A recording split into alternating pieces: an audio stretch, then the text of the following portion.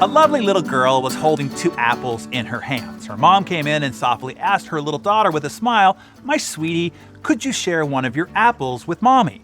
The girl looked up at her mom for a few seconds and then suddenly took a quick bite out of one apple and then a bite out of the other. Her mom froze and tried hard not to reveal her great disappointment. Had she raised such a selfish child? Then the little girl handed her one of her bitten apples to her mom and said, "Mommy, here you are. This is the sweetest one." Aw, sweet, right? You see, things aren't always what they seem.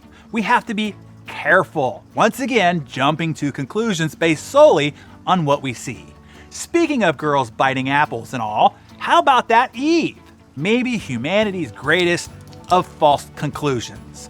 Genesis paints the picture. It reads, "So when the woman saw that the tree was good for food, that it was pleasant to the eyes, and a tree desirable to make one wise." Now, before I continue, what conclusion would you have drawn?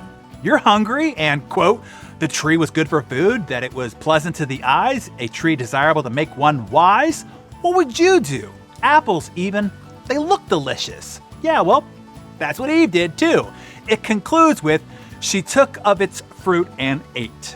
Then whammo-bammo, her firstborn son murders her secondborn. Disease, plagues, wars, and heartache ravages the human race as a result of this quote-unquote original sin.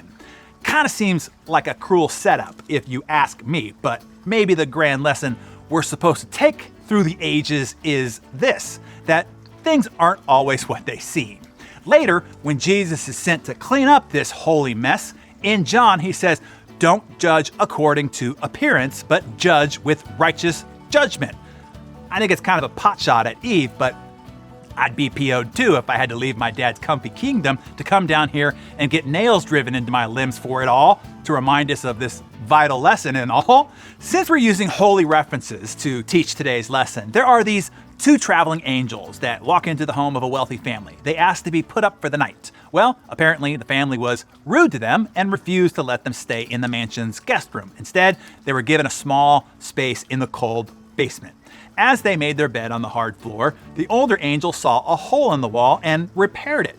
When the younger angel asked why, the older angel replied, "Things aren't always what they seem." The next night, the 2 angels came to rest at the house of a very poor but very hospitable farmer and his wife.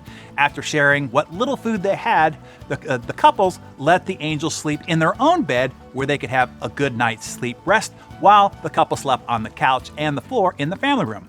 When the sun came up the next morning, the angels found the farmer and his wife in tears. Their only cow, whose milk had been their sole income, lay dead in the field.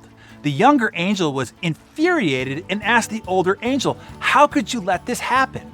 The first man had everything, yet you helped him. The second family had very little, but was willing to share everything, and you let the cow die."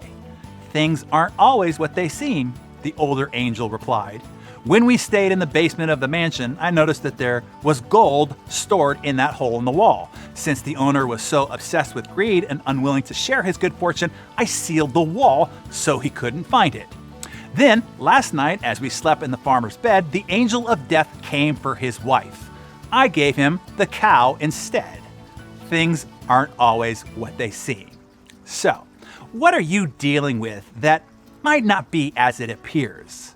Is there a seemingly good opportunity before you that in reality is more of a minefield than anything else? Is there a situation that looks rough, but in reality, maybe it is a gold mine?